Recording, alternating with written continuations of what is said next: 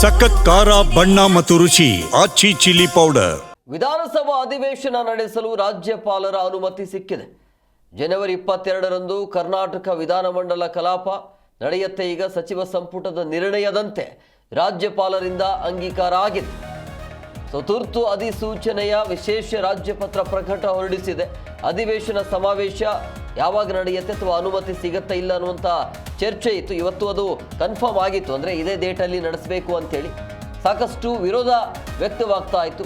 ರಾಜ್ಯಪಾಲರು ಅಂಗೀಕಾರ ಆಗ್ತಾರ ಇಲ್ಲ ಅನ್ನೋದು. ಬಟ್ ಈಗ ಅಧಿಕೃತವಾಗಿ ಅಂಗೀಕಾರ ಸಿಕ್ಕಿದೆ. ವಿಧಾನಸಭಾ ಅಧಿವೇಶನ ನಡೆಸಲು ರಾಜ್ಯಪಾಲರು ಈಗ ಅನುಮತಿಯನ್ನು ಕೊಟ್ಟಿದ್ದಾರೆ. ಸೊ ಹಂಗಾಗಿ ಜನವರಿ 22ರಂದು ಕರ್ನಾಟಕ ವಿಧಾನಮಂಡಲ ಕಲಾಪ ಆರಂಭ ಆಗುತ್ತೆ. ಸಚಿವ ಸಂಪುಟದ ನಿರ್ಣಯದಂತೆ ರಾಜ್ಯಪಾಲರು ಕೊಟ್ಟಿರುವಂಥ ಅಂಗೀಕಾರ.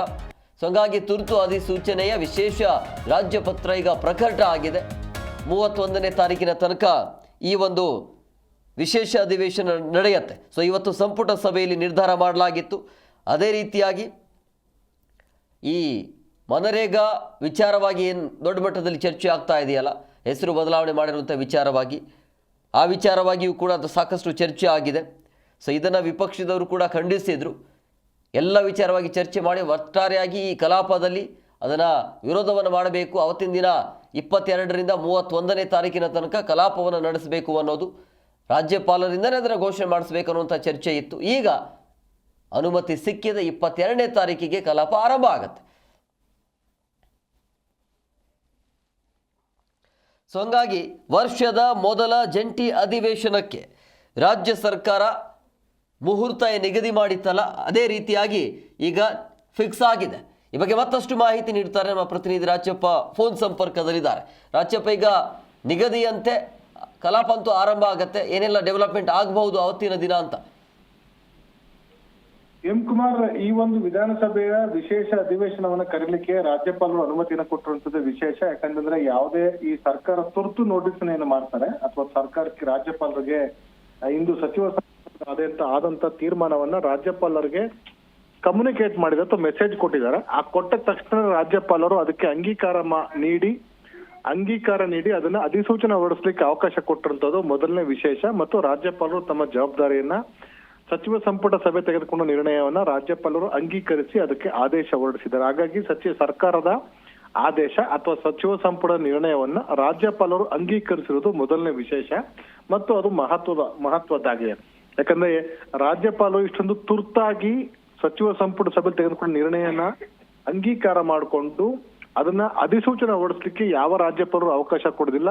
ಅದಕ್ಕೆ ಕಾರಣ ಅಂತಂದ್ರೆ ಸಚಿವ ಸಂಪುಟ ತೆಗೆದುಕೊಳ್ಳುವ ನಿರ್ಣಯವನ್ನ ರಾಜ್ಯಪಾಲರಿಗೆ ರವಾನೆ ಮಾಡಿದ 7 ದಿನಗಳ ಒಳಗಾಗಿ, ಅಂದ್ರೆ ಶಾರ್ಟ್ ನೋಟಿಸ್ ಅಂತಾರೆ.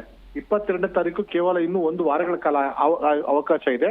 ಈಗ 14ನೇ ತಾರೀಕು. ಹಾಗಾಗಿ ಇನ್ನು 1 ವಾರದ ಒಳಗಾಗಿ ತುರ್ತು ನೋಟಿಸ್ ಕೊಟ್ಟು ವಿಧಾನಸಭೆಯ ಕಲಾಪವನ್ನು ಆರಂಭ ಮಾಡೋದು ಕಷ್ಟ ಸಾಧ್ಯವಾಗುತ್ತೆ. ಆದ್ರೂ ಸಹ ಸರ್ಕಾರ ಕೊಟ್ಟಂತ ಒಂದು ಆದೇಶವನ್ನ, ಸರ್ಕಾರ ಕೊಟ್ಟ ನಿರ್ಣಯವನ್ನ ಅಂಗೀಕಾರ ಮಾಡಿರುವಂತದ್ದು ವಿಶೇಷ. ಹೀಗಾಗಿ ಈ ಒಂದು ತುರ್ತು ನೋಟಿಸ್ಗೆ ರಾಜ್ಯಪಾಲರು ಅಂಗೀಕಾರ ಮಾಡಿ ವಿಧಾನ ಮಂಡಲದ ಉಭಯ ಸದನ ಜಂಟಿ ಅಧಿವೇಶನ ನಡೆಸಕ್ಕೆ ಅನುಮತಿಯನ್ನು ಕೊಟ್ಟಿದ್ದಾರೆ. ಹಂಗಾಗಿ ಜನವರಿ 22ರಂದು ವಿಧಾನ ಮಂಡಲದ ಉಭಯ ಸದನ ಸಮಾವೇಶಗೊಳ್ಳುತ್ತೆ. ಆ ಸಂದರ್ಭದಲ್ಲಿ ರಾಜ್ಯಪಾಲರು ಈ ಒಂದು 2 ಸದನಗಳನ್ನ, ವಿಧಾನಸಭೆ ಮತ್ತು ವಿಧಾನ ಪರಿಷತ್ನ ಸದಸ್ಯರನ್ನ ಉದ್ದೇಶಿಸಿ ಭಾಷಣವನ್ನ ಮಾಡ್ತಾರೆ.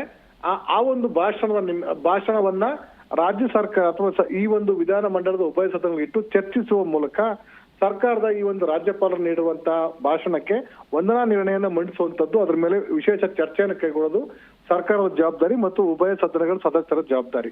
ಎರಡನೇ ವಿಷಯಕ್ಕೆ ಇದಕ್ಕೆ ರಾಜ್ಯಪಾಲರು ಅನುಮತಿ ಕೊಟ್ಟಿರುವಂತದ್ದು ಮೊದಲನೇ ವಿಶೇಷ. ಈ ಒಂದು ಹಿನ್ನೆಲೆಯಲ್ಲಿ ಸಚಿವ ಎಚ್.ಕೆ. ಪಾಟೀಲ್ ಅವರು ರಾಜ್ಯಪಾಲರನ್ನ ಭೇಟಿ ಮಾಡಿ ರಾಜಭವನಕ್ಕೆ ತೆರಳಿ ಅವರಿಗೆ ಅಭಿನಂದನೆ ಸಲ್ಲಿಸುವ ಮೂಲಕ ಈ ಒಂದು ಸಂಕ್ರಾಂತಿಯ ಶುಭಾಶಯನ ಕೋರಿದ್ದಾರೆ ಮತ್ತು ರಾಜ್ಯಪಾಲರು ಅನುಮೋದನೆ ಕೊಟ್ಟಿರೋದಕ್ಕೆ ಅವರಿಗೆ ಅಭಿನಂದನೆ ಸಲ್ಲಿಸುವಂತ ಕೆಲಸವನ್ನು ಮಾಡಿದ್ದಾರೆ. ಮೂರನೇ ವಿಷಯ ಅಂತಂದ್ರೆ ರಾಜ್ಯ ಸರ್ಕಾರ ಈ ಒಂದು ತುರ್ತು ನೋಟಿಸ್ನ ಕೊಟ್ಟು ಈ ಒಂದು ಅಧಿವೇಶನ ಕಲಾಪ ಸಮಾವೇಶಗೊಳಿಸಕ್ಕೆ ಪ್ರಮುಖ ಕಾರಣ ಅಂತಂದ್ರೆ ಈ ಒಂದು ಮನ್ರೇಗಾ ಕಾಯ್ದೆಯನ್ನ ರದ್ದುಪಡಿಸಿ ವಿಬಿಜಿ ರಾಮ್ಜಿ ಕಾಯ್ದೆಯನ್ನು ಜಾರಿಗೊಳಿಸಿರುವಂತದ್ದು. ಆದ್ರೆ ಇಲ್ಲಿ ರಾಜ್ಯಪಾಲರು ಮಾಡುವಂತ ಭಾಷಣದ ಮೇಲೆ ವಂದನಾ ನಿರ್ಣಯ ಕೈಗೊಳ್ಳಬೇಕು ಅಥವಾ ರಾಜ್ಯ ಸರ್ಕಾರ ಕೈಗೊಳ್ಳುವಂತಹ ಈ ಒಂದು ವಿಬಿಜಿ ರಾಮ್ಜಿ ಬಿಲ್ಲಿನ ವಿರುದ್ಧ 2 ದಿನಗಳ ಕಾಲ ವಿಶೇಷ ಚರ್ಚೆಯನ್ನು ನಡೆಸಬೇಕಾಗತ್ತೆ. ಹೀಗಾಗಿ ಯಾವುದಕ್ಕೆ ಆದ್ಯತೆಯನ್ನು ಕೊಡ್ತಾರೆ? ರಾಜ್ಯಪಾಲರ ಭಾಷಣದ ಮೇಲೆ ವಂದನೆ ನಿರ್ಣಯಕ್ಕೆ ಸರ್ಕಾರ ಆದ್ಯತೆ ಕೊಡುತ್ತಾ ಅಥವಾ ಈ ಒಂದು ವಿಬಿಜಿ ರಾಮ್ಜಿ ಕಾಯ್ದೆಯ ವಿರುದ್ಧವಾಗಿ ಚರ್ಚೆ ನಡೆಸಲಿಕ್ಕೆ ಅವಕಾಶ ಕೊಡುತ್ತಾ ಅಂತ ಅನ್ನೋದು ಮಹತ್ವದಾಗಿದೆ.